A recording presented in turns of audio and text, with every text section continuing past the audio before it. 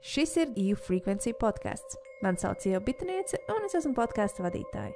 Es lasu 2 grāmatas nedēļā un aktīvi sekoju līdz tematam, kā maksimāli uzlabot savu dzīves kvalitāti un attīstīt savu potenciālu. Katru nedēļu man pievienosies kāds viesis, kurš padalīsies ar saviem life hacks, un mēs kopā apspriedīsim aktuālo zinātnē, ezotērikā un varbūt pat popkultūrā. Sarunas bez liekas formalitātes un ar daudz smiekliem. Balsī vai jūs prātam? Es lasīju grāmatu no rīta. Man ir lasīji? Jā, es varu pastāstīt lietas, ko es daru no rīta, lai man kustās smadzenes. Pirmais ir elpošanas vingrinājumi. Jā. Wim Hofs, tā kā riktīgi izelpojos, un tad jau diezgan... Tas 3x30? Jā. Un tā, uzmanīgi. Tad es uzreiz slēdzu gaismu iekšā un es rakstu. Un, zini, artist way, noteikti zini artist way. Es dzirdu savu balsi beig klusu. Check. The artist way. Es dzirdēju. Tāda grāmata. Es nosaukums dzirdējis. Okay. Bet tur laikam bija tas, ka jāuzraksta tev lapā dienā, jā? 3 lapas dienā. Un es sevi tā kā spiežu rakstīt, un bieži vien ir besis, un tagad ir besis, tad vislabākā sajūta ir pēc tam. Rakstot, nē, bet pēc tam. Jā, tad es rakstu, un tad man pie gultas stāv dažādas grāmatas, kas kustina prātu, un es tagad lasu par kreativitāti. Un to es palasu apmēram 10 minūtes, un tad es ceļos. TED Talks. Ir viņiem vienkārši apkopojums ar kreatīviem stāstiem.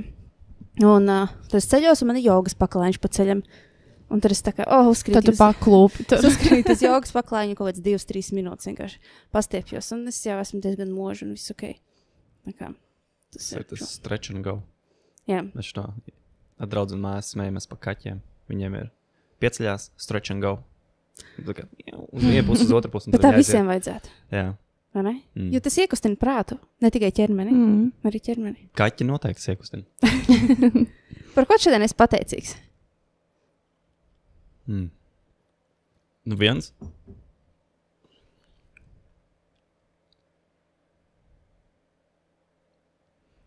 Viena lieta bija, ko es jau pateicu draudzenei no rīta, kad mēs te dzīvojam ļoti skaistā vietā, vecerīgā, 6. stāvā, skaists skats.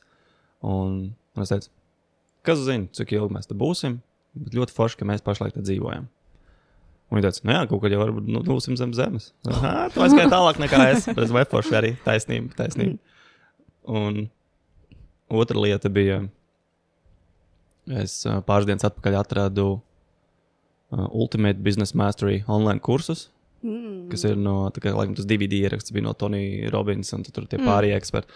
Un Tony es zinu jau diezgan sen, to viņa mācības, tās man varbūt tik daudz pat neaizraujas piefiksē, bet man tie pārējie eksperti interesanti liekas. Un tad es vēl to paklausījos no rīta, un es katru dienu mazliet tādu kaut stundu, vismaz pusotru dienā cenšos paklausīties, un tad es valku kopā mindmap. Un par to es esmu pateicīgs, ka es atradu. Laikam atnāca insights, ka man ir jāpastāst Googlē, vai kaut kas ir, un ir, un atradu. Tas ir tā kā čujs? Atnāca, vai tas vēderiņā nāk? Kur tas nāk? Es viņu saucu, ka viņš man nāk no muguras. Tev mugurā. Jā, es to saucu nāk no mugurkaula. Viņš iznāk ārā, un tad man tā kā insights, kā pop-up message atnāk. Tā kā, hei, šis jāpaskatās ir. Tad, kā, ja ir ieslēgt notification, jā. Jā, un es to reklāmu varu vai nu noslēgt nost, un noignorēt to ziņu, kas nāk no muguras, vai es varu viņu neignorēt, un es varu aiziet pie kompjā, un tā kā, hei, ierakstīt Google, pastīties, varbūt ir tagad kaut kas tāds pieejams. Tas ir kaut kas jauns? Kas? Tam Tonijam Robinsam. Tas kaut 10 gadu viņam tam DVD, bet tas message tur iekšā ir joprojām mindblowings un pielietojams ikdienā. Tāpēc es vienkārši tagad atkal skatos citādāk. Es gribu pavisam citādāk attīstīt tālāk uzņēmumu, un šobrīd ļoti labi palīdz šie domu graudi, jo tur tādi strateģiskie, kaut tādi lielākas idejas skatījumi no tur pa mārketingu, par komunikāciju, pa pārdošanu ir tie. Un tad tas man liek paskatīties plašāk un tā kā amerikāņu skatījumā uz to, kā vajadzētu darīt. Jā, es tieši arī tagad gada laikā esmu bijis 2 Tony Robbins kursiem online. Un viņš tur diezgan maz runā. Kad viņš runā, tad tāds, bet tie eksperti tiešām ir tā, ka tur nāk no dažādām jomām un tiešām iekustina smadzeni un liek tev būt drosmīgam darīt to, ko tu dari, un viņi runā par to autentiskumu, par tavu nišu, un vienkārši nemīst dari. Un sāc kaut kā, mēs visi sākām no nulles. Tas man palīdzēja. Tas ir loģiski, ka visi sāk no nulles, bet tas nav loģiski tajā pašā laikā, jo tu visu laiku redzi apkārt highlightus. Visu, ko tu ikdienā patērē, ir Instagrams, TikToks, jebkas, mēs jau neredzam nulli, jo mums nav pieeja tām nullēm. Vajag dalīties ar ģimenes fotoalbumu. Un tad, ja kādam fotografē ģimenē, tas arī labs jautājums. Ja nefotografē, tad tā bija vēl lielāka nulle. Jā, jo man 80. Man nav bildes no, varbūt 1, 2. Tieši tāpat kaut kāds ir. Jā.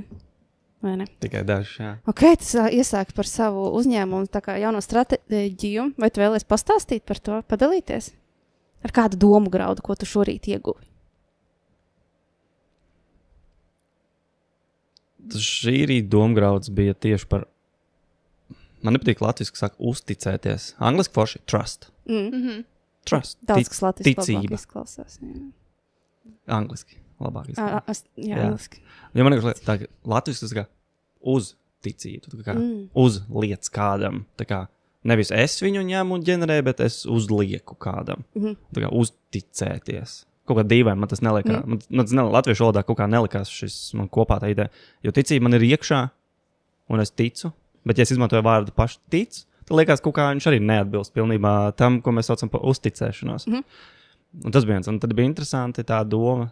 Man liekas, tas bija, tur tieši runājot, Stevens Covejs, kam ir 7 efektīvu cilvēku noslēpumu, jo kaut kā bija tā grāmata. 7 highly effective people, vai kaut kā tā, jā.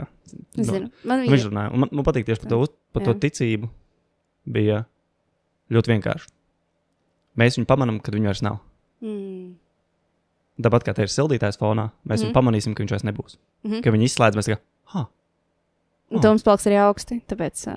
bet man šķiet, ka mikrofonā nedzirdēs. Arī siltumu, ne par to, bet arī siltumu paman, ka viņš vairs nav. Jā, tagad viņš pazūd. Klusumu paman, ka vairs nav skaņa. Un tā kā, uzticēšanos tāda, ka mums ir savstarpēji starp cilvēkiem, mēs arī pamanam, ka viņi vairs nav.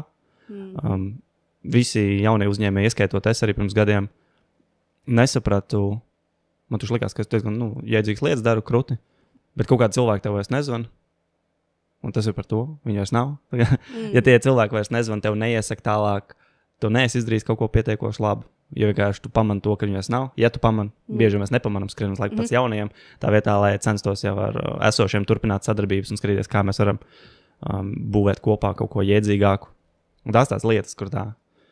Ja tā uzticība nav, tad mēs tikai pamanām vairs tad, kad viņa nav. Un tad vienā brīdī mēs esam tā kā varbūt vieni. Tas man patīk. Tas bija šodienas domu grauds, kas uzrunās. Kas ir vēl tās lietas, kuras mēs pamanām tikai tad, kad viņš vairs nav? Jā, tas nozīmē, ka kad mēs izmantojam šīs pateicības, mums vajag pateikties par it kā acīm redzamām lietām, kas ir, kā bija tas vārds? Skaidra, Es aizmirsu vārdus. Ka loģiski, ka viņš šeit ir, un mēs bieži nepasakamies par to, ka pašsaprotams, paldies par pašsaprotamām lietām. Jo es šorīt pamodos un bija 14 grādi istabā, un bija tā, siltums kaut kur nav. Redz, viņš pazuda. Jo projām 14 grādi bija. Nevis ja man liekas, ārā bija mīnus, cik ir? Mīnus 12 man šķiet rādīja. Redz, mēs tev bija joprojām plus 28. No tā, cik bija ārā. Diezgan daudz ir. Es nosalu. Pats, ko es gribēju teikt? Jā, sāksies man viss šķiet ten. Bet es reiz ieskatīšu pa pateicībām. Man patīk, man tāds uzdevums dažreiz mēs sasmējamies gan mājās ar draudzeni viņam. Kad, piemēram, vakariņas, mēs apsēžamies, mēs tā kā, mēs arī varētu, izteikt pateicības. Un tad mēs tā kā, cik tālu mēs ejam? Mēs tā kā, ok, olas nāk no Ome.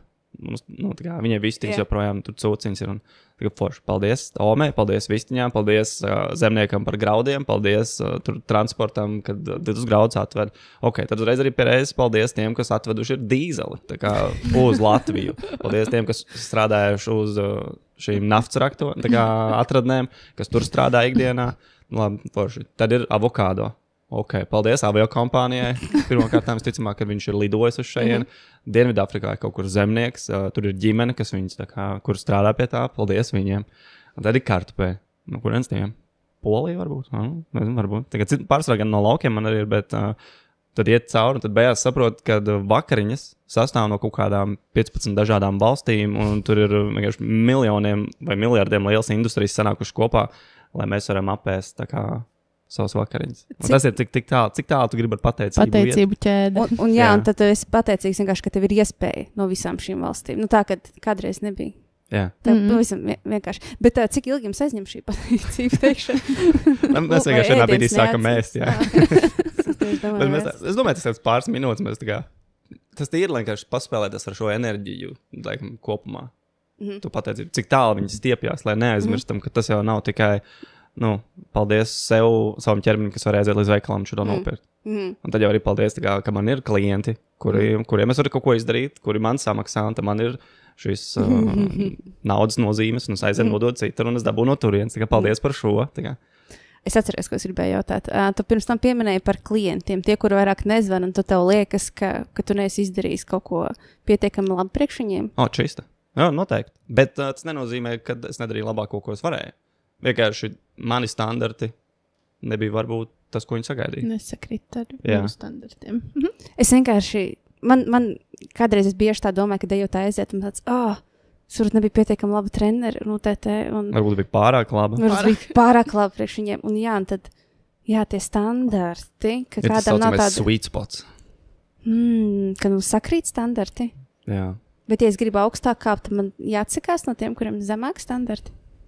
Labs jautājums. Tad noteikti case studijas būtu labāks. Tā kā uzreiz jau paņem kaut kādu konkrētu situāciju, kuru var izķidāt šajā gadījumā. Piemēram, sarežģītākas idejas. Gan jau noteikti tu atradīs kādu, kuram tas liksies, wow, let's go in, bet tie būs jau daudz mazāk noteikti nekā tie, kas grib atnākt vienkārši pakustēties. Tagad tas jau ir tas mūsu ekspektācijas. Es pamanīju, ka daudz ciešanas man pēdējā laikā nāk tikai un vienīgi no tā, ka man ir arī gaidas, un kaut kas nenotiek saistībā ar viņām, tad es piefiksēju, ka es dusmojos par to, ka man... Un tad es tagad esmu aizgājis stulbi. Kāpēc es dusmojos par to, ka es pats esmu izdomājis gaidas, un vai kāds viņus nerealizē, vai man neizdevās, vai kaut kas nesanāca, un tad es esmu uz kaut kādu brīdi dusmīgs, ko tas stress uzrodas. Tad es domāju, stulbi. Man vakardien tieši bija tāds... Man uznāca tādas dusmas vakarā. Tādas dusmas uznāca. Par ko? Vienkārši, tā kā no visām pārdomām kaut kādām aktualitātēm, kas manā galvā notiek, un es baidos no pārmaiņām, es baidos spērt soli, un es sadusmojos, un, protams, tiek apkārt arī ietekmēt tie cilvēki blakus, vai ne, kas ir, es vienkārši saģērbos, aizgāju projām un 2 stundas staigāju ārā. Labs menedžments. Jā. Es esmu iemācījusies kaut kā ģenerēt to citādāk, jo, ja agrāk es nespēju valdīt savas emocijas, tad tagad es vienkārši mācos ieturēt pauzi, apkopot domas, atnācu mājās, teicu, ne jau tu esi vainīgs, ne jau es uz tevi dusmojos, es uz sevi dusmojos. Tas ļoti labs. Laba emocija regulācija jau. Ja nevar tur uz vietas tikt ar to galā, tad labāk ir aiziet pastaigāt kaut kas progresīvs. Kaut kā dabūt ārā. Tu noteikti to zini vislabāk. Jā. Man visu mūžu ir bijis sports un I like it. es tiešām nevaru iedomāties, kā cilvēki nekustās. Es nespēju. Man bija 2 dienas, kad es montēju video, tā kā no rīta līdz vakaram, un man bija tā, ka man acis bija beigtas, man tieši nebija asaras. Tā, ka viņas bija tik sausas, man sāpēja mugura, man viss bija slikti, un tā, ka es biju ļoti nelaimīga, es gāju vienkārši uz aptieku, palīdziet man dzēja pilienus tur, un vitamīnus paņēmu no 2 dienas sēdēšanas. Tikai 2 dienas. Tāpēc es nezinu. Es saprotu, ka cilvēku ķermenis pierod pie visa. Dažādi talanti arī. Talants sēdēt? Talants montēt. Tas jau pārējais ir sekas. Bet mans novērojums, ka mums katram ir kaut kāds šīs talanta iebirzes, bet tie, kas ir tiešām kruti, ir varbūt 5% no visiem, kas to dara. To es arī pamanīju. Jo ir ļoti grūti atrast cilvēks, kas ir tiešām talantīgi montāžā. Vai arī cilvēki, kuriem es iedodu rokās kameru, un man viņam nekas īsti nav jāstāst, pilnīgi sajūta, ka tā kamera auga ar viņu rokām kopā. Ka viņam tas ir, kamera bija viņa nervu sistēmā jau. Vai montāžas programmas ir viņa nervu sistēmā, vai tāpat kā ar kādam režiju, vai tev, acīm redzot, varētu būt dejošana tavā nervu sistēmā, ja viņi tur iekšā, kad, iedod beat un viss aiziet tur pāriet, tā kustamies. Un tas ir par to, ka tas ir uzdevums arī, ko es priekš sevis visu laiku skatos, un arī, kad es tiekos cilvēkiem, es arī skatos, vai viņiem ir, vai viņš dara to, kas ir tā viņa talanta ievirza. Un tas ir baigmās. Mēs draudzam vēl to saucam par fakta enerģiju dažreiz. Wow. Tas ir tā kā... Zavā ziņā, mums ir tā enerģija iekšā tā, un ja mēs uztrāpam uz to, tad mēs pavisam citādāk performējam. Un šis ir, mēs 2 dienas, kad tur mocamies, un mums sajūta, ka mēs esam gan arī nomiruši, un iespējams tev sajūta, ka tu pazaudēji gadu no dzīves. Bet kādam jā, bet kādam tās 2 dienas tur, iespējams, viņš jau būtu tur 10 video paspējis par to laiku samontēt. Es 63 video samontēju. Nu jā, maziņos. 60, jā, Tas tāpēc. Es vienkārši, jo man visu laiku ir tā, ka mums ir 2 video, mēs nofilmējam, tā kā 2 dienās visus nofilmējam, un tad es prokrastinēju. Un tad man kaitina, un visu laiku šeit aizmugurē, tur, kur tev nāk tie paziņojumi, man tur vienkārši visu laiku sēž. Errors jau, kurš jau 11. jau. Tev jāmontē, es negribu, var vēlāk, tur jāmontē. Un tad es riktīgi prokrastinēju, un tad es ļoti nelabprātīgi to daru. Un tas, es domāju, beidzās filmēšana, es vienkārši veltīšu 2 dienas, lai man nākamos 3 mēnešus ir miers un nav tas rūķīts aizmugurē, kas man kaitina. Tas bija mans. Tas ir motivācijas modelis arī. Bet es priecājos, ka man viņš ir. Es tagad arī vispār lietas daru daudz ātrāk. Es ienīstu pēdējā brīža lietas. Tā, ka es pat mēnešiem ātrāk. Es, piemēram, šodien ierakstīšu epizodu, kuru mēs pēc Ziemassvētkiem izlaidīsim. Tā, ka tagad es jūtos, to es sapratu, ka man tā prokrastinācijas un pēdējā brīža sajūta ir riebis īstenībā, un viņi man nemotivē. Viņi man drīzāk vairāk depresīvu palieku. Un tas mazāk. Stress, jā. Jā. Bet stress jau vienalga ir. Stress jau ir labs savā, tādā nedaudz. E-stress un distress. E-stress? E-stress. Tas skaitās tas pozitīvais, jā. Tā kā iPhones? A-stress, gadījumā, jā, varētu teikt, jā. Atgriežoties pie ieprogrammēšanas, tu minēji, ka katram cilvēkam ir kaut kas ieprogrammēts, vai ne? Kas viņam tā kā sanāk, kas izdodas.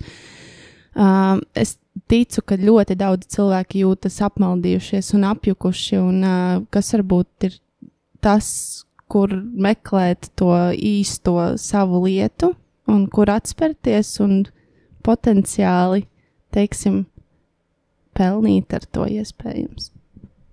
Kā mēs atrodam savu stilu, kā mēs ģērbjamies? Eksperimentējot. Pielaikojot. Mēģinot. Tieši tā, Tas skolnieks vienkārši, kas iesies. Bet tas ir burtiski par to. Tas ir ātrākais veids un tāds šajā pasaulē, man liekas, ļoti praktisks.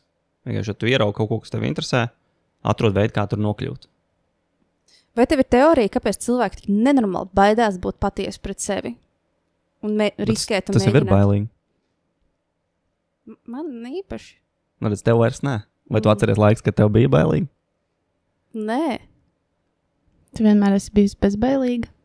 Nē, es domāju tieši šajā jomā. Jo man bija drīzāk otrādāk. Man teica, tu to nevari. Man tāds, fuck you, es to izdarīšu. Redz, citiem nav šis rebelions iekšā. Šis tā, labi, paņemsim soli apakaļ. Patīk tā tēma, ko tu minēji, ir pirmie 7 dzīves gadi, kā mūsu audzināja, kā pret mums attiecās, plus mīnus noteikts, kā mēs turpināsim dzīvot. Tā reku mūsu pirmās programmas. Windows 95. Uziņas lēcas. Un vai tur apakšā vēl ir DOS saucamais, kas ir zem Windows apakšā. Kurš atcerās DOSu? Jā. Es tik zinu, ka, bet, būtībā tā ir pašā apakšējā programma. Sauksim zemapziņu varbūt. Un tad pa virsu mums sakrāja vecāki, draugi, radi, māsas, brāļi nākošos. Un tad, kādam tas pusauģu laiks, kur mēs sākam meklēt sevi, tas sāks 11 gados, kādam varbūt 30 gados.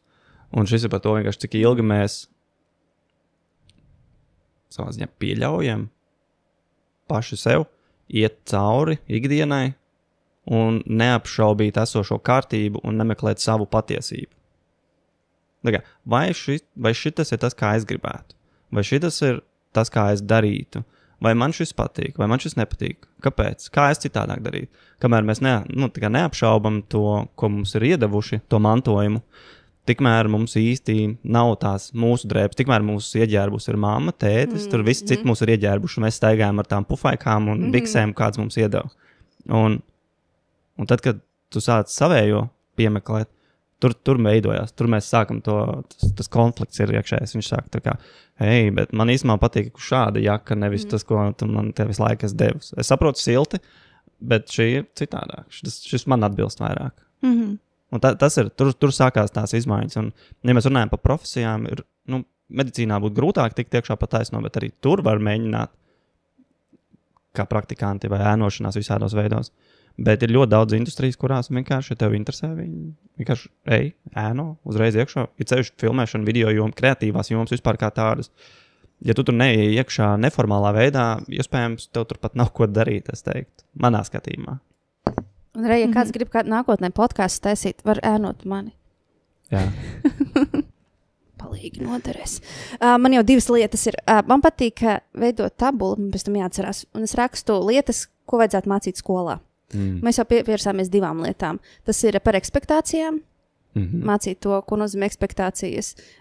Jo tieši pusauģi un young adults pret mani izvirz milzīgas ekspektācijas. Un tad viņi apvainojas uz mani, ka es neesmu viņas piepildījis. Tā ir mana ikdiena.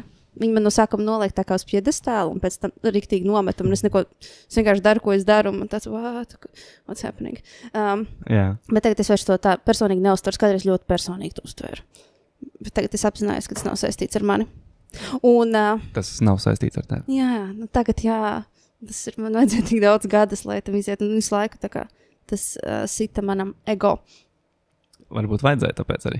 Varbūt arī vajadzēja. Izsit beidzot ārā. Izsit kaut ko man ārā. un lieta numur 2, ko mēs tikko runājam. Ko tev vajadzētu skolās mācīt? Ko tu gribi? Nē, es domāju pirms tam. Es domāju par šo tēmu, ko mēs runājām, par to pielaikošanu. Jā, es gribēju būt žurnāliste. Tas ir populārākais stāsts, ko visi tagad zina no galvas. Kad es biju maziņa, un skolā taisīju skolas avīzi. Un skolotāji man apsmēja par to. Un bija 5. vai 6. klase. Jā, man kaut kur ir tā avīze, es mēģinu atrast tieši priekš šā podkāstu un kaut kur parādīt. Un es pati taisīju dizainu. Iedomājieties, tas ir 98. gads, 99. Super. Jā, un es biju tur vienīgi ar datoru un tā mācēju izdrukāt. Anyways, un man vienkārši bulijoja skolotāji un teica, ka es nekad nebūšu žurnālisti, jo es nemāku 2 komatus tur ielikt tajā tekstā. Publisks fuj skolotājiem. Un tur jau tā lieta, un līdz ar to es nometu nost tā kā to. Un es tikai tagad lēnāk arā tā kā. Tas, ko tu tagad ar mazliet iekrīt žurnālistikā. Tur jau tā lieta. Tagad es beidzot sapratu kaut kā, ka es sāku strādāt ar savu iekšējo pasauli, tad bija tāds, viņiem nebija taisnība. Un tad man tagad ir drosme darīt, jo kādreiz nebija drosme to darīt, jo man tik daudz reizes teica, ka es to nevaru. Nē, tu teici par to bailēm. Labi, tu viņu sauc par drosmu, bet tas tieši tas pats. Tu dev to jautājumu par to. Jā, rekur ir. Jā, ok, rekur jā vai ne? Jā. Es gribētu, jo es tas, piemēram, šī studijā, kad nāk dejot, es mēģinu viņiem dot šo rīku, būt drosmīgiem. Es mēģinu. Bet tas ir iedot kaut ko vai paņemt nost kaut ko? Nē, es domāju par to. Jo es jau nezinu, kas notiek viņiem galvā, bet mums ir uzdevumi par to, ka viņiem vajag koncentrēt, piemēram, check-in, ka viņi pajautā, kā viņi jūtās. Rekurs atcerējos par to, ka uzdot savu jautājumus. Daudziem neliekas loģiski uzdot savu jautājumu, jo visu laiku ir kaut kas kairina ārpusē. Viņi visu savu ikdienu nodzīvo ar kairināšanu, kas ir ārpus viņiem un kas notiek viņos iekšā. Tas šeit pēdējā laikā nav. Tas jau besi. Jā, vajag, lai ārā tev novērš uzmanību no sevis. Jā. Un tad mums to treniņā atnāk un es viņiem lieku. Un tā, kā jūs jūtaties, uzdodat savu jautājumu, pieskaraties sev, izmasējat savu roku, un tā, ka kur jums ir varbūt nospiedusies enerģija, varbūt kaut kas sāp, tur uzliekat roku, tā uz iekšējo. Bet kas notiek viņam galvā, es jau nezinu, bet es mēģinu tā kā uz iekšu, tā kā bīdīt viņus. Bet jautājums joprojām paliek, jā. Tu pievērs uzmanību sev. Jā. Bet ja mēs runājam par tādu miedarbību, mēs liekam klāt vai ņemam nost. Arī par sevi. Ir tāds atmācīties arī vārds. Ne tik iemācīties, bet tieši kaut ko atmācīties nost, ir jau pa daudz jau. Manuprāt, tas praksē tieši man ir nācies pie Ievas dejot, un es no viņas daudz arī mācos, un daļiņa kaut kāda domu graudu ir tieši no viņas iegūt, un manuprāt, tad, kad viņa māca, viņa nevis atņem, bet tas notiek automātiski pašam cilvēkam, izkristalizējas tas, kas tev pašam, no kā tev ir jāatbrīvojas. Jo tev ienāk tas jaunais, ko Ieva, piemēram, sniedz iekšā, bet tas, kas tev nav vairs tūs vai nederīgs tev, tad tas arī tā kā aiziet projām. Tas nav manas personīgās pieredzes. Tagad te pie durvīm tu varētu pielikt, tā kā, ja tu ej iekšā tajā telpā, tad tu visas lietas atstāt ārā tur. Tāds ir noteikums. Man šeit mums nolikumā kaut kas līdzīgs. Iekšējās kārtības. Tu varbūt jāuzrakst uz lapiņas, ko tu atstāj ārpusē. Tad ieliec lapiņu, ka tur redz dziedošā bļoda, ieliec bļodā, un tad pēc tam nāks ārā, ja tu vari izvēlēties, ņemt viņu līdzi vai neņemt līdzi pēc tam. Ak, Dievs, cik laba doma. Ej, tu nost. Ļoti forša doma. Jo katru reizi jau mēs nākam ar citām problēmām. Ar kaut kādiem uztraukumiem saviem raizēm, jā. Es šito nošpikošu. Tāds primings savā ziņā. Paldies. Un tāpēc man uzreiz ir jautājums. Pagaid, man pierakstīts viss. Stulītos. Tev rakstīts Instagramā, ka tas profesionālās izaugsmes konsultants. Pastāstīja, ko tas nozīmē? Diezgan līdzīgi tas, ko mēs tikko izdarīja. Tu vienkārši iesēji sēklas un man izauga ideja, vai tev izauga ideja un es viņu pārņemu? Pat nevajag, tev ir tas, ko tu dari, un tu tikko teici, ka man citreiz grūti varbūt ir ar noprājumot, ja ievirzīt varbūt ātrāk tur manu klientu jau tajā procesā, un tad mēs runājamies, es klausos, un tad es atrodu šos savā veidā kaut kādā smalkajā plānā, viņš tur kaut kur apkārt man ir tās idejas, es viņas tur dzirdu, un tad vienkārši, viens primings, mēs tā kā pieliekam lapiņas, notestējam, kā tas strādā. Un tad, tas ir tas, bet profesionālais tajā ziņā, ka tas vairāk ir uz karjeru vai uz tādu profesionālo kaut kādu realizēšanu izvirs. Tā kā, kas palīdzēs tev pietuvoties tam savam, kaut vai tai vīzijai, mērķim, vienalga, kā mēs viņu definējam. Tad tas ir vairāk tā kā... Ko mēs varam darīt, lai uzlabotu savu labklājību, un tavā gadījumā varbūt tad arī tavu klientu labklājību, un tad, kas ir tas, ko mēs varam te izdarīt? Uzlabot, tas ir vairāk tā kā ar biznesa owners latviski. Karjeru biznesa. Karjeru biznesa. Jā. Okay. Jo, man sākumā patika ļoti...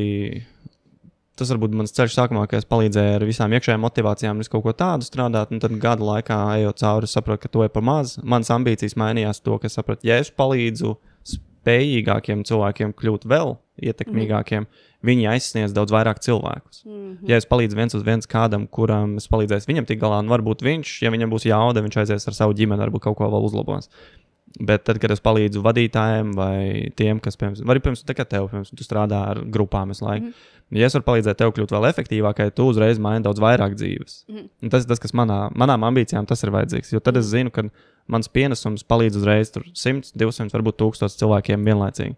Ja es ieju uzņēmumā, es parunāju vadītāju, kurš laiku streso, un tagad vai viņa, piemēram, nestresoja, vai streso mazāk, vai citādāk menedžē cilvēks, tur ir, piemēram, 20, 30 darbinieki, tur parēķināt, cik daudz tur uzreiz iesaistītie, kuriem uzreiz kļūst labākas 150 stundas mēnesī, un arī visi pārējās, kur viņi iet mājās pie ģimenēm. Tā ir tā ietekme, cik tālu mēs ar to, ko mēs darām, mēs tā kā īstenībā aizsniedzam par to pašu pateicību, cik tālu mēs ejam. Tāpat arī šī ietekme, tā profesionālā ir tāpēc, ka mēs ļoti daudz laika pavadam šajā vidē, kur mēs kaut ko tiešām cenšamies realizēt. Mēs gribam izdarīt kaut ko labu, un ja mēs varam izdarīt mazliet labāk, varbūt sirsnīgāk, vienkārši citādāk citreiz, tas uzreiz maina arī vispārējo tā kā ķēdes reakciju. Es gribēju piemetināt to, ka tu esi man pirmais zināmais coachs, tad, kad coachings nebija tā kā vispār zināms. Jā, viņš vismaz jau gadus 15, man liekas. Jā, es domāju Latvijā, jo tagad tikai pēdējo gadu man šķiet cilvēki sāk runāt. Un ko tu pateiktu cilvēkiem, kas saka, ka coachings ir sūds? Es atvainojos, bet kā viņi saka? Ka tas ir nevajadzīgi, ka tā ir cilvēku čakarēšana, ka naudas izspiešana. Pēc ko vēl cilvēki saka? Es gan nezinu, nevienu kaut kurš izspies naudu īstenībā. Es saprotu, varbūt liekas, ka pārāk dārgi vai kaut kas tāds likties, bet arī kā, kuram? Jo man ir vienmēr interesanti, ka šie viedokļi no cilvēkiem, kas nekad nav bijuši coacha tā kā pa tūmā un nav pat ierakstījuši Google, ko tas nozīmē. Bet ko tu viņam teiktu, ja kāds klausās? Viss ir labi. Viss tā arī vajag. Man ir bieži, ka cilvēki jautā, ko man darīt ar manu tēvu, kurš neko negrib. Viņš vienkārši sēž mājās, skatās televizoru, varbūt vai strādā, vai nestrādā. Es saku, kā tev liekas, viņš jūtās tā kā labi, tā kā laimīgs? Jā, tu liec viņam mierā, viss kārtībā. Ko tu viņu aiztiec? Viņam čakarē viņam dzīvi. Varbūt, ja viņam ir iekšā tas grūzis kaut kāds, kas tur lēnām varbūt tur veidojās, Nu, viņš nonāks vienā brīdī pie jautājuma, hei, ko darīt? Nu, nevaram mēs visus pamodināt, mēs nevaram visus sakratīt un viņus ņemt kaut kur ievirzīt, jo tas ir mentāli grūti. Tas ir pirmais, kas varbūt jāsaprot, ir, ja mēs mainamies, tas pieprasa mentālu ieguldījumu, un lielākā daļa cilvēku ir gatavi 200 stundas mēnesī smagi strādāt, lai viņiem neliktu domāt. Un tas ir par to. Ja kādam uzrodas jautājumi, vienkārši Vitmora grāmata coaching sasniegumiem, atver grāmatu, ja tev uzrunā forši coachings priekš tevs, neuzrunā, nav priekš tevs. Man laikam vienkārši kaitina tas bullyings. Ja, piemēram, ja tas ir sabiedrībā, un ja mēs domājam par to, ka 5 cilvēki apkārt tev ietekmē to, kāds tu esi, un tev ir bullijs, bet tu uzklausi to bulliju par to, ka, to nevajag to darīt, to nevajag šito darīt, tas ir sūds. Katram cilvēkam ir viens tāds cilvēks. Projām. Jā. Nu, ģimene. Nu, zini, jauniešus, kas 15, 16 gados dzīvo solo, aiziet. Es 16 gados arī uz kājām pārgāju dzīvot. Nu, tas ir tā kā varbūt viens no veidiem. Vienkārši, ja vide ir tā, kas ar tiek mūsu čakarē, jāmeklē cita vide. Lai arī citreiz jāsaka tā, lai arī cik tas maksātu. Nu, ja mums nav nauda, tad nozīmē tas maksāt visu kaut ko citu. Bet meklēt. Es esmu 5 reizes uzsācis dzīvi pie kāda drauga uz plāna matracīšu. Tā ir no jauna it kā. Jā. Ne it kā, burtiski no jauna. Okay. Tā kā ne it kā, bet ritīgi burtiski no jauna kaut kur uz pāris mēnešiem, kamēr es kaut ko iestartēju. Nomainot gan valsti, nomainot gan pilsētas, tāpat no kuldīgas starts, Saldus, Vācija, Rīga. Rīgā 2 reizes tas bijis. Un tā ir tā cena, kuras esmu gatavs maksāt, lai paturētu savu iekšējo brīvību. Tev vērtība galvenā ir brīvība? Jā, tā ir man primārā. Man nevar dabūt tos projektos iekšā, kur man nav vairs saskaņā ar to. Es varu pakonsultēt no malas, ja vispār kaut cik man sajiet kopā tā ideja saprot, bet pat vairs nē. Es labāk sēžu blenžu sienā, sauksim to pa meditāciju, nekā esmu projektos, kuri man vairs neuzrunā. Forši. Bet ir grūti ar bulijiem un ir grūti ar tiem, kuriem tur... es teiktu, viņiem ir grūtāk pašiem ar sevi nekā pārējiem, kas kaut ko dara ar tiem, kas tur bulijo. Jo es pat pēdējā laikā mēs ar draudzi smējamies, jo es esmu diezgan aktīvi arī pasācis kaut ko publicēt ar TikTokā un kaut kur savus tos domgraudus. Un tur ik pa laikam kāds ierakst kaut stulbu komentāru un viņam liekas, ka viņi smējās par mani, bet es mājās ar draudziem pasmējos par viņiem. Bet ne tādā ziņā, kā bet tā kā mēs tā kā citreiz tos komentārus, man tur bija kaut kādu tuftulēju. Mēs mājās tā kā, šodien tuftulēju. Mēs tā kā mēs jau spējam jau to paņemt tiek kā iekšējo humoru, ne jau vairs kā apvainošanos vai kaut kādu iemeslu cīnīties pret kaut ko tur fiktīvu. Un tas ir tā kā, ka man vairs tas neķer, un es pat īsmā to gan diezgan pozitīvi jau uztveru, bet tas varētu būt sakas kaut kādiem tur 8 gadu rudīšanās procesam, laikam šādā vidē. Rudīšanās ar cilvēkiem? Nu, kaut kādā sociālā tīkla vidē ņemam. Visu kaut ko publicēšanu un skatīšanos, kā tas ir, un tad komentēšanu, runāšana viņiem vienkārši sociālā miedarbība sociālā tīklos, un tas ir varbūt tā saucamā ādas audzēšana līdz šim punktam, ka man vairs tas neķeras, pat tagad forši, ir vēl kāds haters. Un, ja viņi uzrakstītu, nekas tev tā kā neķer. Man ir interesanti. Es parasti uzdodu apkaļ jautājumus. Es gribu saprast, kas tā pa domu bija tur. Šis ir īstenībā labākais, ko es gribu darīt par tiem konspirācijas teoriķiem, ka viņiem uzdot jautājumus, paskaidro sīkāk. Es ļoti tagad gribu izmantot tīpaši par... es klausījos vakar podcastu ar Bill Gates, Trevor Noah un Bill Gates, un viņam uzdeva jautājumu. Ko domā par tiem cilvēkiem, kuri uzskata, ka ieliek viņos čipu? Es tev, Billam Gatesam tādu jautājumu uzdot. Un tad, arī viņam pilnīgi čili, viņam vienalga, jo tā nav taisnība. Bet es vienkārši arī par to pēc tam, paskaidro vairāk, ko tas čips dara, kur viņš tev atrodas, kā es varētu palīdzēt tev viņu izņemt ārā. Un tad viņam parasti nav ko atbildēt. Un tad tāpēc es gribu to sākt praktizēt. Ja kāds grib uz podcastu, runāties, atdroši.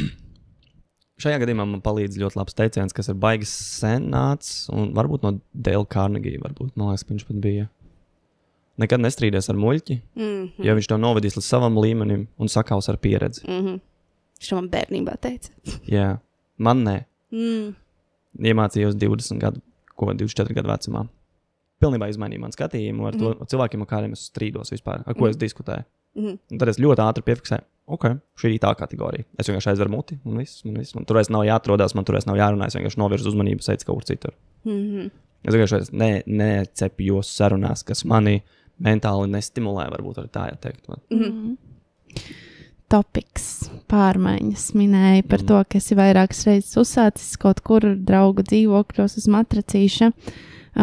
Vakardien tieši arī mums bija saruna, un man ļoti spilgti prātā palika teikums, pārmaiņas ir biedējošas. Taisnība. Jā. Kā spēr to soli, kad pārmaiņas ir biedējošas, kad apkārt ir izveidojusies tāda stabila vide, ka tu nezini, kas tevi sagaida, tu it kā gribi, bet tevi visu laiku kaut kas attur, un tu tā kā uz priekšu back and forth, bet tu tā kā nenonāc līdz tam, kad, es tagad nezinu, aiziešu no darba. Es drīkstu, pirms tu pat vari padomāt. Es pastāstīšu, kas man palīdzēja tagad riskēt un daudz ko darīt. Augstās peldes, es godīgi saku, fucking, jo tu te iekšā un tev ķermenis mirst, un viņš saka, nē, ak, Dievs, un tu vienkārši vienaldzīgi ielec tajā ūdenī un saka, es valdu par savu prātu, nevis tu. Ok, tagad tu vari. Ļoti labs jautājums. Ļoti laba tēma. Pārmaiņas ir bailīgas. Bet tas tikai tāpēc, ka es mēģināšu ko citādāk ieskicēt. Sarkans. Mēs katrs tā kā iztēlamies sarkanu. Mēs tagad tas ir zils. Vienkārši sarkans vairs nav sarkans, sarkans tagad skaitās zils. New black vai, zils. Tagad melns ir modē, tagad sarkans modē. Ja mēs vārds pārmaiņas, visiem tas ir bailīgi. Ja mēs tagad pārmaiņas ietās kruti, modīgi. Visi iet un pārmaiņas sāk radīt. Tas ir mūsu uztvere pirmām kārtām uz to. Tas, kā mēs uztveram to, kā mēs jūtamies par konkrētajām situācijām. Tas labākais veids, es teiktu, veselīgākais veids ir tomēr pakāpeniski. Tā kā iet, kā teica, ir tas nekas, ka ir solis priekš, solis apakaļ, katrs solis priekš mums tomēr iedod, tā kā, man kaut kas izdevās, un tad vēlreiz. Man pierādījās, ka parasti man vismaz kaut kādas pārmaiņas pakāpeniskās aiziet. Kaut kāds 6 mēneši ir tāds tā kā posms, ja es kaut ko gribu ieviest pakāpeniski, es to daru, un pēc 6 mēnešiem man ir tā kā, reku jau ir. Šis jau kaut sāk stabilizēties. Un tas otrs, ko teica, ir angliski viņi sauc par no turning back points. Tie ir tie lēmumi, situācija, brīži, kurus mēs izdaram, kad mums vairs nav iespēja atgriezties. Kā aiziet no darba, ielikt jaunā darbā, atvērt deju studiju, aizvērt deju studiju. Tie visi ir tie, ko sauc par no turning back points, jo viss nākošais būs kaut kas pavisam cits. Šitas vairs iesākums, tā kā viņš vairs nav. Pateikt, es tev mīlu, nevar atpateikt atpakaļ. Vai arī visu mēs šķiramies. Tad tie visi tie punkti, kas saucās šie lēmumu brīži, kur mēs tā kā viss te kaut kas cits no šī notiek uz priekšu. Vai kaut ko nopirkt lielu, vai investēt kaut kur vairāk, vai tieši otrādi kaut ko aizņemties vairāk. Tās visas tās situācijas, kas, no kurām, es domāju, ceļš, ja mēs runājam par naudu, ļoti daudz noteikti gribētu labprāt atgriezties atpakaļ brīdī, pirms viņi ir paņēmuši visādus kredītus.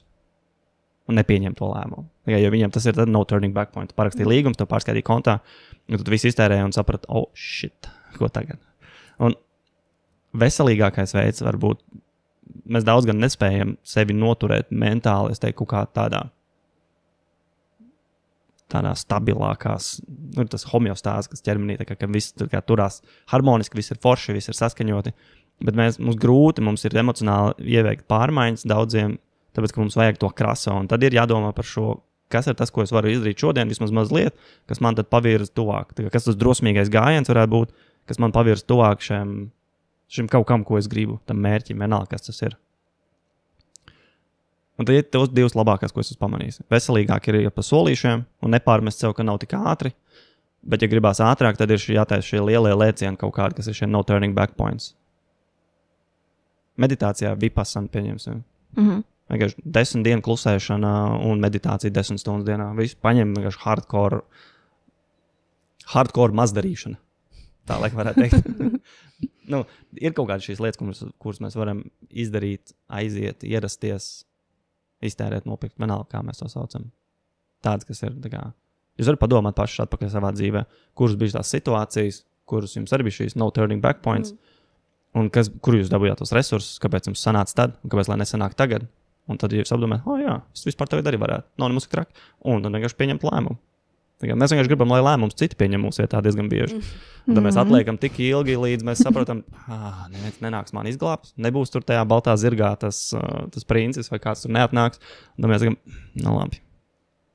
Vai arī notiek brīdis, kad apkārtējā vide piespiež tev pieņemt to lēmumu? Nav teikts, ka tu pieņemsi labāko sev, iespējams pieņemsi labāko, lai izvairītos no tā apkārtējā spiediena. Ļoti daudz jauniešu aiziet studēt augstskolā, tāpēc, ka viņiem ir spiediens. Nevis tāpēc, ka es gribu iet uz augstskolā studēt šito. Man interesē šī joma, man interesē tā zinātne, kas tur ir iekšā viņā. Ļoti maz tāda ir. Labi. Savienojas, labi, teiksim. Cilvēks pieņem lēmumu iet prom no darba, kā tam sagatavoties. Es domāju, kā pareizi varbūt izveidot drošības pilveni šim te notikumam. Labs jautājums. Daudz labi jautājumu. Ciedošu piemēru.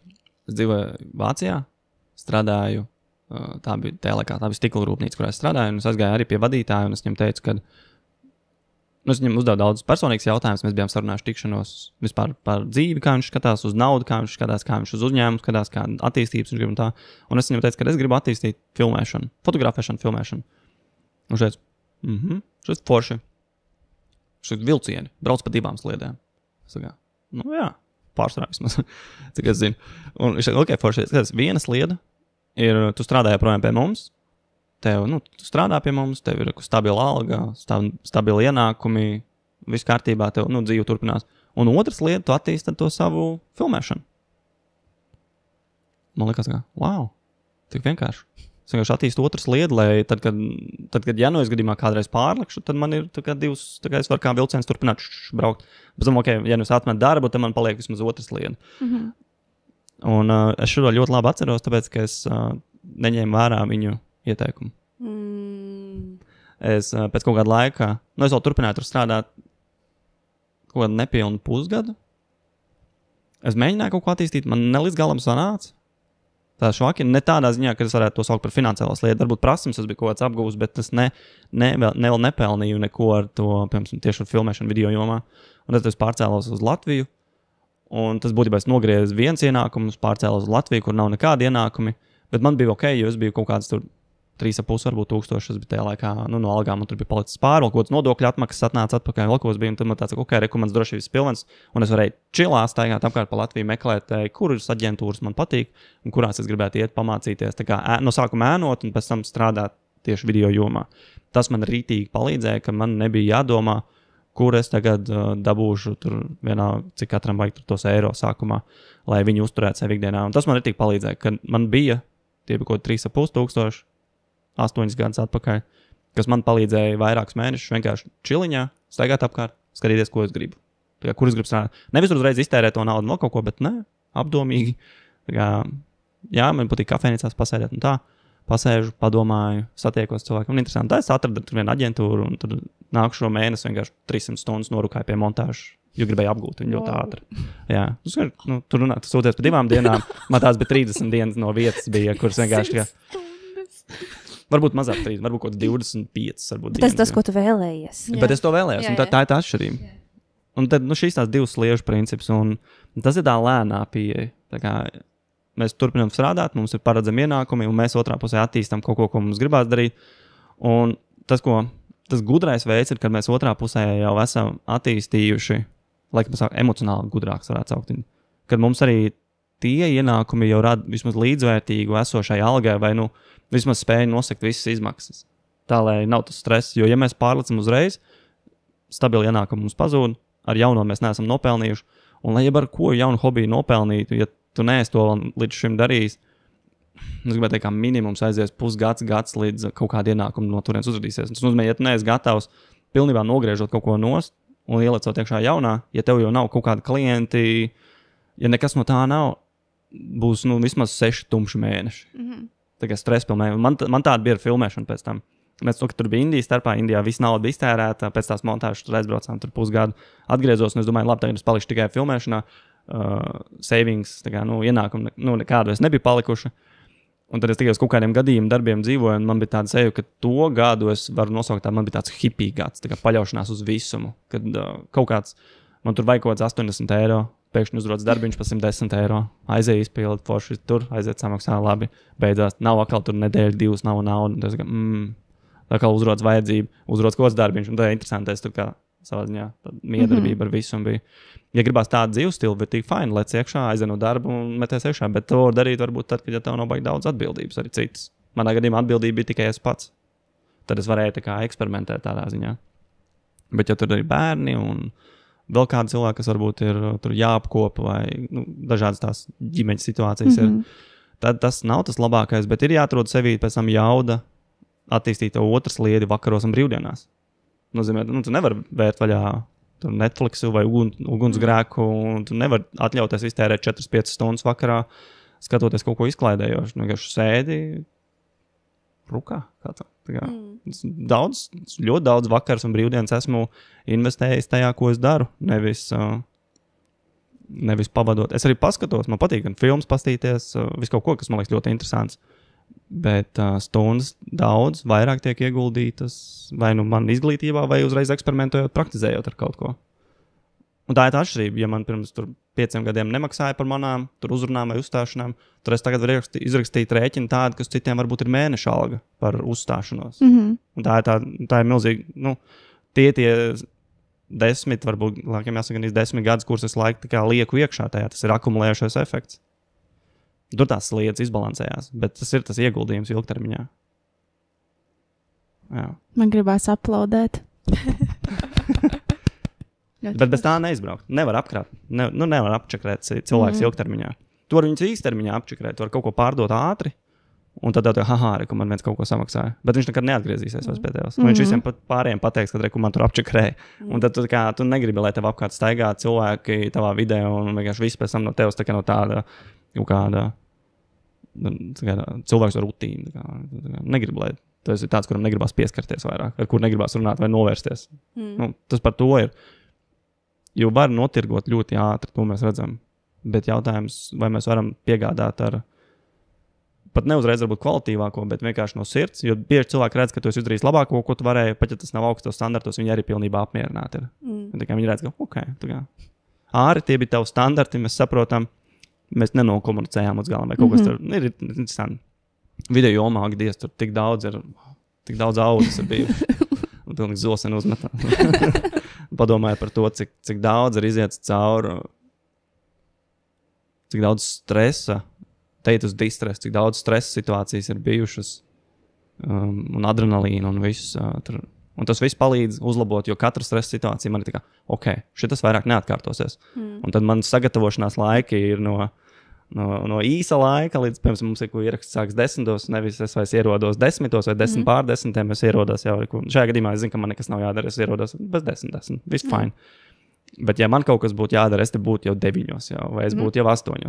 Tas viss ir, un tās atšķirības, kas mainās, tā kā mani standarti tiek izaicināti pret kaut kādu reizi, kad es esmu kaut ko izdarījis švakāk nekā es esmu gribējis, un tad tās ciešanas man motivē kā kaut ko mainīt. Un tas savā ziņā pieņem ciešanas kā tādu. Es viņas pieņēmu, esmu kā tādu izaugsmes motivātoru priekš manis. Jā, nebaidīties kļūdīties. Es tieši gribēju teikt. Tā vienkārši sakot. Jautājums, vai jums vecāki, tā kā teica, vai jūs atbalstīja kļūdīšanās ceļā? Es augu pārsvarā viena pati. Tāpēc jā. Tad jā. Man trauma no skolas. Tur, zini, kā tad tur apspied šo kļūdīšanos. Jā. Ka nedrīkst. Un es diezgan slikti mācījos, man bija ļoti sliktas sekmes. Es kaut kad padalīšos savu liecību. Un es biju stulbais bērns klasē.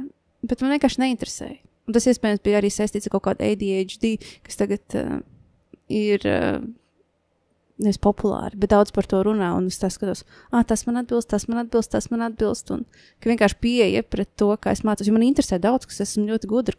Es katru dienu mācos, man nenormāli patīk mācīties. Izglītība ir mana mīlestība numur 1.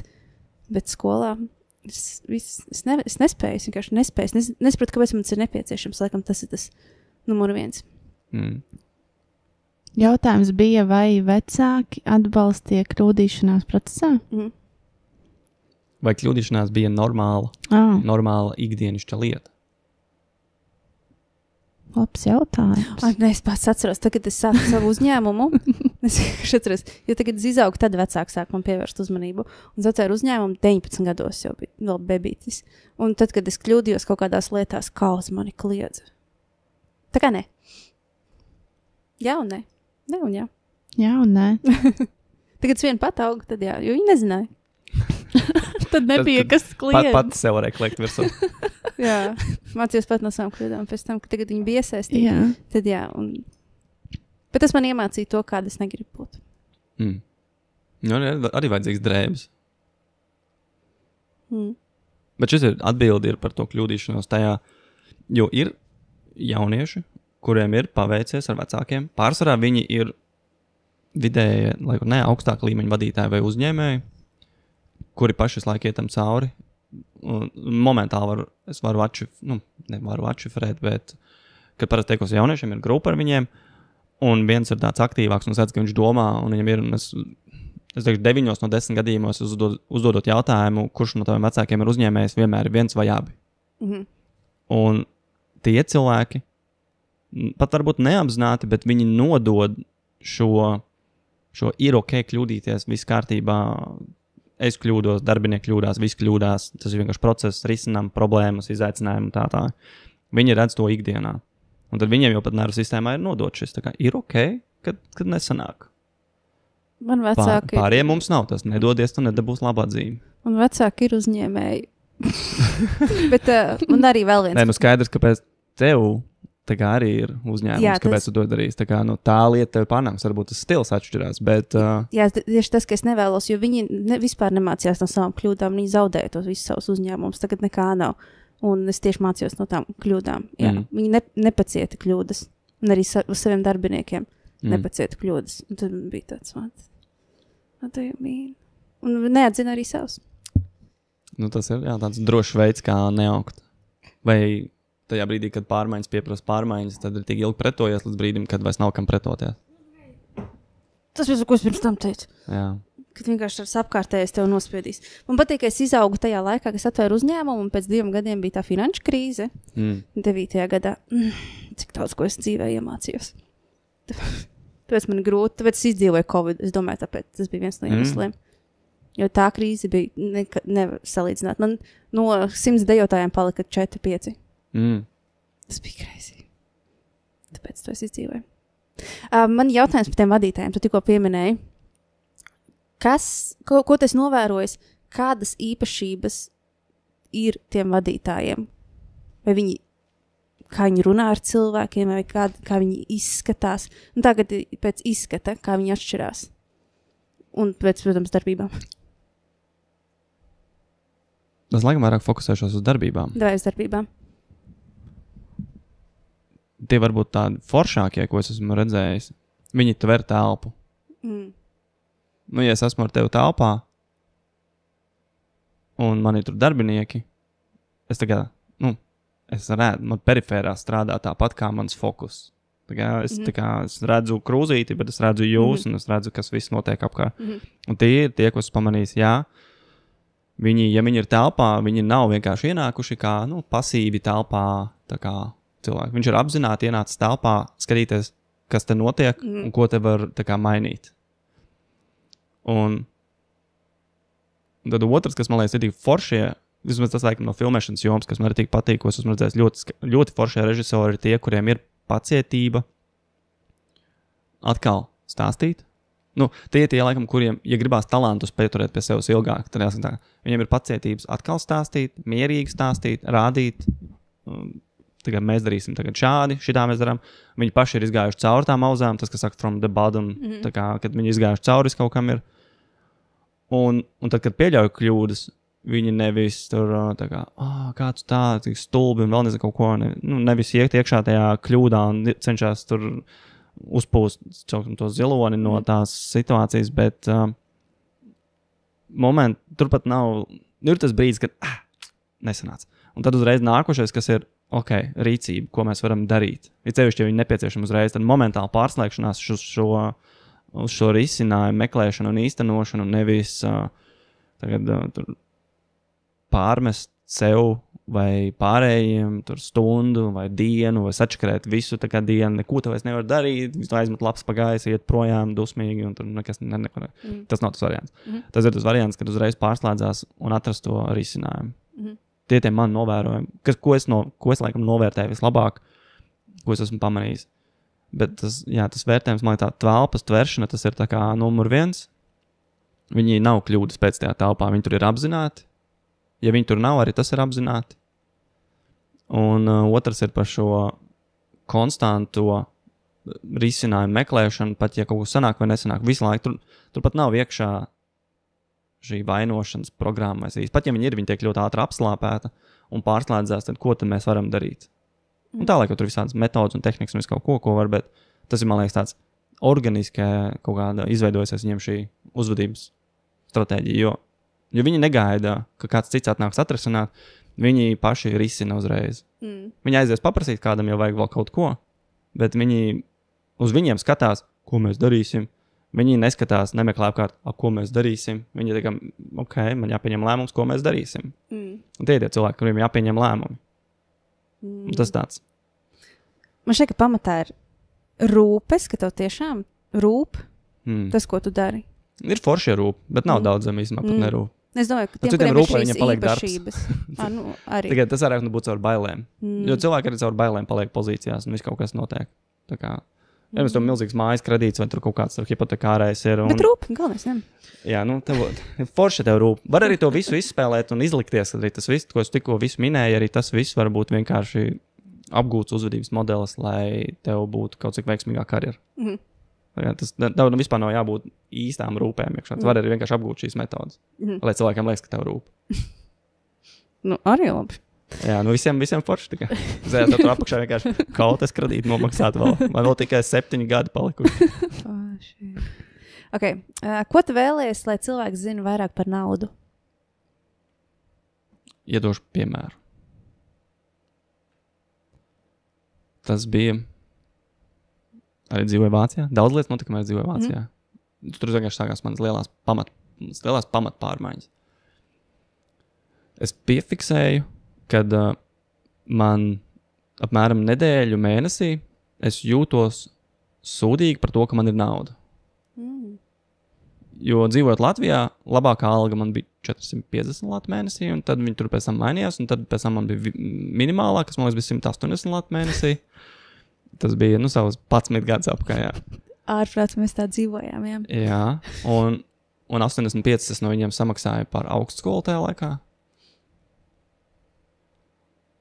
Bet tas, ko es biju iemācījies mantojumā, bija arī, kad bija vecāki, no viņiem bija iemācījies, kad tev, pieņemsim, 1. datumā, 10. ienāk nauda, vienalga, kurā datumā ienāk. Tad 3 nedēļas tev ir ok, pēc 3 nedēļām tev nauda vairs nav, un pēdējā nedēļā ir stress, jūties sūdīgi un viss ir briesmīgi. Un ja šitas cikls manā gadījumā notiek atkal 1 mēnesi, 2 mēnesi, 3 gadu, 2, 3, 10, manā gadījumā tas jau bija 16 gadus, tas ir ļoti labi ieprogrammēts cikls, kurš man lika justies ļoti neērti Vācijā, kad es pelnīju vidēji tur 1200-1600 eiro mēnesī. Jo man pēc 3 nedēļām joprojām bija nauda, un es piefiksēju, ka es visu laiku meklēju veids, kā viņu iztērēt. Un man bija tāds, kaut kas nav pareizi. Man jau gribās, lai man tur varbūt 400-500 paliek mēnesī. Arī, kāpēc man jāiztērē? Tagad tāpēc, ka es reāli no sākuma neatšifrēju, kas tas ir. Un tad es piefiksēju, ka naudai ir šie 2 līmeņi. Viens līmenis ir šis finansiālais. Ir datums, iekrīt summa, tad mēs viņu lēnām atdodam visiem. 3 nedēļu laikā mēs esam visiem citiem viņu atdevuši, pašiem mums vairs nav. Varbūt mīnusā aiziet. Un arī ir emocionālais līmenis. Nauda ienāk, mēs esam priecīgi, tur uz 10 jūtamies. Un tad 3 nedēļu laikā mēs esam vien bēdīgāk, uz 9, 8, 7. Mēs tā kā naudu dodam projām visiem citiem, tur atdodam bitei, Tele2, vienalga, kā mēs atdodam, tur pa īri, visiem citiem atdodam viņu. Un tad mēs jūtamies bēdīgi 7 dienas no 30. Piemēram, pēdējā nedēļā. Un tad es pieņemu, bet šitās 2 lietas vajadzētu atdalīt, jo man retīgi nepatīk, kā es uzvedos tagad ar naudu. Un tad tā bija tā mācība saprast, ka naudai ir fiziskā šī manifestācija, cik viņa reāli ir, kurā brīdī, cik viņa ir. Un es sapratu, ka es negribu, lai mans emocionālais arī staigā līdz ar to. Un tad to bija grūti pirmajā reizē tikt galā, jo man bija 2 mēnešus pagāja laiks, līdz es jutos ērti, ka man ir nauda palikusi kontā mēneša beigās. Jo man bija tik nērti. Es pat neatceros, cik reizes, bet es daudz reizes sev tā kā gan pa pirkstēm uzsitu un tikai ej ārā no Amazon, ej ārā no AliExpress. Tikai nepirksīšu, tikai tāpēc, ka man tur kontā ir pāris 100 palikuši, nenozīmē, ka es tagad varu ņemt un tērēt viņus. Bet es piefiksēju, tas nevis tāpēc, ka es baigi ko gribu. Un tad es sāku domāt, vai man tiešām šo lietu vajag, vai es viņu gribu. Ja šis ir tikai tāpēc, ka man ir nērti no tā, ko es esmu tur 20 gadus tā kā mantojis kā naudas tā kā ciklu. Grāmata T. Harvs Ekers, Miljonāra prāta noslēpuma. Tur pa blueprintiem bija ļoti skaisti. Es tieši to grāmatu lasīju, viņi man palīdzēja tajā brīdī izprast vairāk šo naudas mantojumu, kādas esmu saņēmis no iepriekšējām paudzēm. Jo, ja nav apzināti domāts par to, visticamāk, jūs un vispārējie, arī kas klausās, rīkojieties tieši tāpat kā jūs vecāki vai tuvākie, ietekmīgākie cilvēki, kas jums bija, kad jūs augāt. Identisks naudas modelis būs. Mhm. Jo nekur citur viņi nevar iemācīties. Viņi iedeva. Mhm. Un tas ir tas, saprast, ka mēs mantojam to, kā mēs darbojamies ar naudu un atdalīt naudu no tīri tā cipariskā un emocionālā. Tad, ja šito mēs apdomājam, vismaz priekš sev, kā es jūtos par naudu, kad es jūtos par naudu tā, un vai tas tiešām maina kaut ko, tad mēs ok. Tad varam kaut ko sākt darīt. Tad paši ar sevi. Es vismaz, tad es saku, ok, es netērēju vairāk pēdējā mēneša beigās vairs. Un rītīgi grūti, ir tik nērti, bet pēc 2 mēnešiem man bija sevi, ka es esmu atbrīvojis sevi no šī emocionālā sloga. Pēc tam nācās vēl tur finansiāli strādāt, interesanti, tas ir kaut cits uzdevums. Bet atdalīt, saprast, tas nav viens gabals, nauda nav viens kaut kas, tur ir viss kaut kas, tur tik daudz saistītie elementi. Vispār, priekš sevis viņus atdalīt un saprast, kā man viņš funkcionē tas viss. Vēl viena lieta, ko mācīt skolā. Jā. Naudas psiholoģija. Es tieši gribu uzsvērt uz to psiholoģiju, jo es tikai šogad sapratu, ka lielākās naudas problēmas ir tieši manā attieksmē pret naudu. Jā. Un to ir grūti pamanīt. Nenormāli, tā kā man vajadzēja, lai man riktīgi iebalš pa galvu. Vislabākais, kā man tas strādāja, bija, es zinu, ka daudziem nav motivācijas tādām lietām, bet tie 2 mēneši es katru dienu pierakstīju, kā es jūtos tagad saistībā ar naudu. Es vienkārši pierakstīju, un es ar cipariņu mērīju, un tad man bija 2 mēnešu laikā, 60 dienu griezumā, man bija mana emociju karte un mana naudas karte. Es varēju diagramā ielikt, cik daudz man ir nauda, un kā es jūtos 1/10 pret naudu. Un man bija tās 2 līknes, un es varēju redzēt, kā viņi kāp un kā viņi krīt.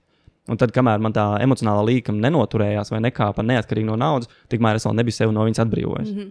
Un tas tāds, tas ir ļoti tāda statistikas pieeja, matemātiska pieeja. Man ļoti patīk tādi. Kognitīva behaviorālās terapijas pieeja, tādu varētu vēl saukt, jā. Man patīk visādi šādi tūli. Tas nostrādās cilvēkiem, kuriem interesē vispār, kā viņi jūtās. Jo daudz jau, man liekas, cilvēki samierinās ar to, ka viņi jūtas slikti par to pašu naudu, par apstākļiem. Jo Kariņš vainīgs taču. Jā. Bet ir vajadzīga, efforts ir jāiegulda, lai šo mainītu. Bet, ja mēs padomājam, cik daudz mēs enerģiju pazaudējam jūtoties sūdīgi par to, ka mums kaut kas nav, ja mēs stundu dienā mēs gruzamies par to, ka mums nav nauda. 30 stundas mēnesī, 365 gadā, 2 pilnas darba slodzes, par kurām tev neviens nemaksā. Par ko tu gruzies gada laikā.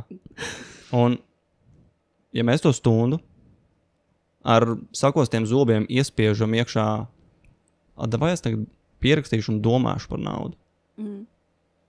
Daudz kas mainās. Varbūt baigi ārpusē uzreiz nemainās. Nav tā, ka pēkšņi es pelnu vairāk, bet man attieksme mainās pret to. Ir.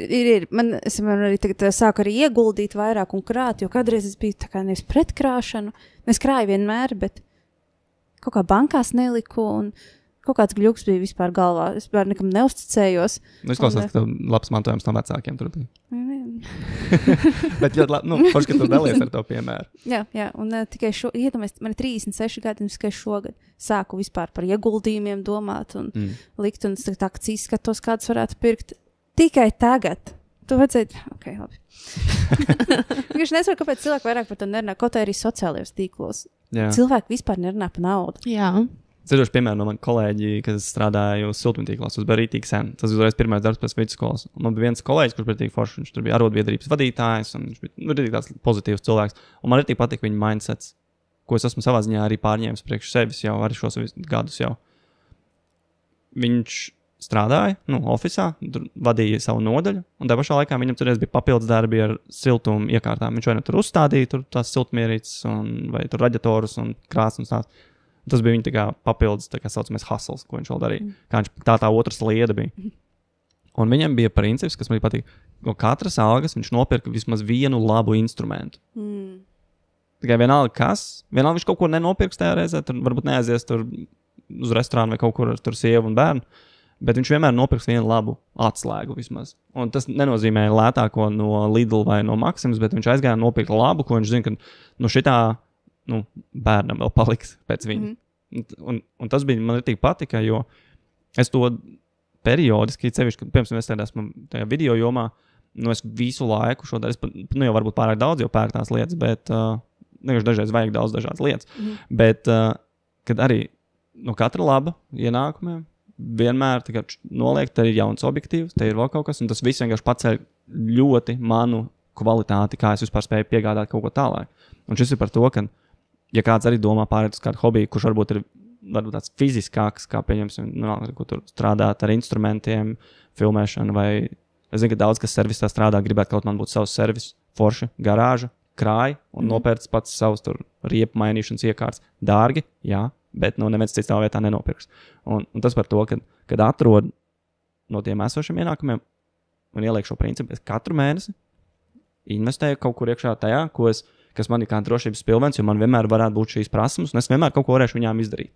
Un tas tā kā šis princips ļoti labi strādāja viņam, man viņš ļoti labi strādāja varbūt vēl kādam. Man arī visu laiku investēja savu naudu tehnikā un visā, lai man būtu ērtāk strādāt pašai. Un tas ir, kas skaitās tas net worth, arī ko sauc par kas ir tava tā neto vērtība. Ja tev šodien, pieņemsim, rīt tev pasaka, ka tev vajag naudu, un viss tas, kas tev ir, kas tev pieder, ja tu viņu to pārdod, tad tā ir tava neto vērtība. Tā kā, un reku ir. Un tad, ja tev paši, jā, un tad tu padomā, cik tas ir apmēram. Ja tev nav nekā, tad, diezgan maza. Ja tev ir parādi un nav nekā, tad mīnusā. Bet ja tev ir parādi un daudz kas, ko tu var notirgot, tad, iespējams, tu esi uz nulles tāpat. Un tad varbūt tu esi plusā, un tad ļoti interesanti uz šo pastīties. Jo man ir man gan parādi, gan tehnikas, un tad, ja man tad viss būtu jānotirgo, es nevaru, parādi, jā, kredīti, viss kaut kas, visādas pieredzes bijušas arī tāpat uzņēmuma būvējos, aizņemšanās un viss kaut kas, lai to visu turētu. Un es, man liekas, tagad skatoties uz tehniku, ja es visu dabūtu tas, kas man ir pārdot, man būtu pāris tūkstoši plusā. Kaut kad nesen, man Excelī viss tur salikts ir, un tad, es neesmu updatojis kāds pāris mēnešus. Ja es updatotu, redzētu, kas tur ir. Un tas par to beigās var nonulēties. Un tas man iedod sirdsmieru, kad ir ok, ja es tagad maksāju joprojām pakāpeniski savus, tā kā viss, kas man bija, kāds ir uzticējies un ieguldījis, es maksāju lēnām atpakaļ visu to naudu. Man tas dod sirdsmieru, jo tajā pašā laikā, ja man viss es varētu nomaksāt uzreiz viss, kas man ir notirgot, un tas būtu 0 punktā, pieņemsim. Bet es tagad nenotirgoju, jo es joprojām ar to varu nopelnīt, un es varu turpināt strādāt un attīstīt. Un tad tā ir tāda finansiālā tāda mindset arī pieeja, kas man palīdz. Jā, es nezināju, ka man tāda ir. Nezināju, ka tev ir bagātība, vai ne? Jā, vispār ne, jo man patīk ieguldīt. Tā kā, es arī saku, mīrēju to podcastu tehniku, un tagad es pati viņu nopirku, un tagad es jau sāku viņu citiem izīrēt, un ar to pelnīt naudu. Tā kā, man patīk tā kā ieguldīt, lai man pašai ir tā kā droši, ērti, man ļoti svarīgi, lai man ir ērti un kvalitatīvi. Jā. Un tas ir tas, ka, tas saucot angliski liquidating. Tā kā, ko tu vari tā kā pārvērst apakaļ šķidrumā. Tas ļoti dīvaini izklausās. Bet, cieto matēriju pārvērst tā kā plūstošā, ko tu vari tā kā. Vēl viena lieta, ko mācīt skolās. Jā. Neto vērtības. Ok, mums katrs viesis nāk un atstāja jautājumu nākamajam viesim. Un jautājumu atstāja Mārtiņš Spuris. Un 3 lietas, ko tu liktu savā personīgajā laika kapsulā? Kas domāts personīgā laika kapsulā? Tu rakstīts, tas var būt jebkas. Laika kapsula, tas nozīmē, okay, es to nodefinēju. Ja kāds atrastu tu laika kapsulu pēc 200 gadiem, kas būtu iekapsulēts, lai pat tev vairāk saprast un šo laiku.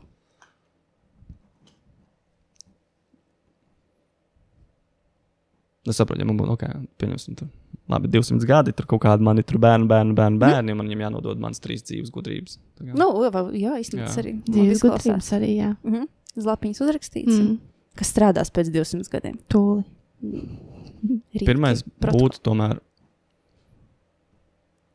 kad tava dzīve mainīsies proporcionāli cilvēkiem, kurus tu pazīsti. Tā ir pirmā. Tas savā ziņā, ja to top 5. Mēs draudzam smējamies mājās, ja mēs esam 2, mums 2 kaķi, mums vidējais mēs esam kaķis. Mums ir daudz joki pārgājuši no kaķiem, viņiem ļoti skaistas personības ir. Jā, un, I love cats. Jā. Bet pirmais ir, ja tev nepatīk, kā tu dzīvo, tad tas tā kā iet kopā ar pirmo, atrodi kvalitīvāks cilvēks, kuriem pavadīt laiku kopā. Momentāli mainās viss. Tas ir pirmais. Otrs būtu aizmirsti par to principu baltā zirgā. Lēmumi ir jāpieņem pašam. Tas par negaidīšanu, kad kāds nāks tevi izglābs. Tas nenotiek. Ir forši, ja kādam notiek, bet pārsvarā tas notiek, tāpēc, ka pirmais princips ir izdarīts, ka tu satiec citādāks cilvēks un ar viņiem izveidojas citas sadarbības. Un trešais būtu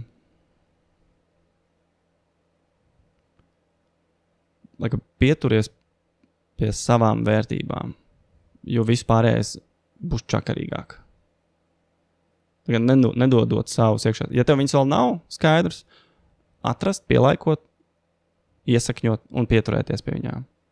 Jo tā varēs nodzīvot ar visaugstāko iekšējo saskaņu cauri ikdienām.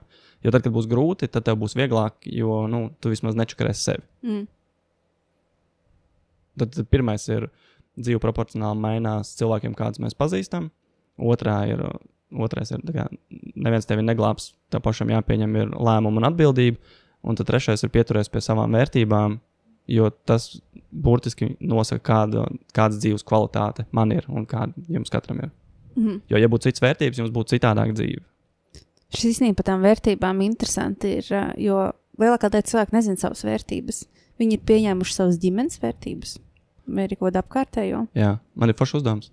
Spied internetu pārlūkā uz e.uz slīpsvītra vērtību. Kā ir tā taisnā svītriņa? Domzīme. Domzīme, nē, bet... Apakšsvītra. Apakšsvītra, ne, bet pa vidu. Domzīme. Ne, domzīme ir vertikālā. Nē, domzīme šitā. Tā saucās domzīme? Jā. Tā bija izsākuma zīme. Pagadies. Jā, tātad e.uz šķērsvītra vērtību, domzīme, piramīda. Tur atvērsies Google Excel, uzspied kopiju, un tur ir piramīda, burtiski, es vienkārši Excelītī uztaisīju piramīdu, tur ir 20 plus dažādas vērtības, kuras tu vari pielaikot priekš sevis. Vienkārši iziet cauri tām vērtībām, un vai lietas iekšā tajā nokopētajā Excelī, ieliec piramīdā, vai arī atsevišķi uz rokas pierakst uz lapas kaut kur. Un tad pasties, kas tev ir top 3 un top 6. Tu to izveidoji? Jā, tas Excel Google stāv. Bieži jāizmantot vienkārši. Es esmu viņu uztaisījis tā, lai man viņš ir parocīgi, tad, kad man viņu vajag, un arī jebkuram citam, ka viņš ir, lai tur pieņems. Jā, jo tā ir tik svarīga lieta. Un tad ir top 3 nosaka mūsu dzīvi. Jā. Mūsu lēmumus. Jā. Viss, kur mēs virzamies. Paldies. Jā. Jā, ja tu nesaproti, kāpēc tu dari to, ko tu dari, paskaties savām top 3 vai top 6 vērtībām, un tur būs atbildi. Paldies, ka tā atnāci. Bija baigi forši. Tas, ko zinājām. Varbūt tev pēdējā lieta, ko tu vēlies pateikt.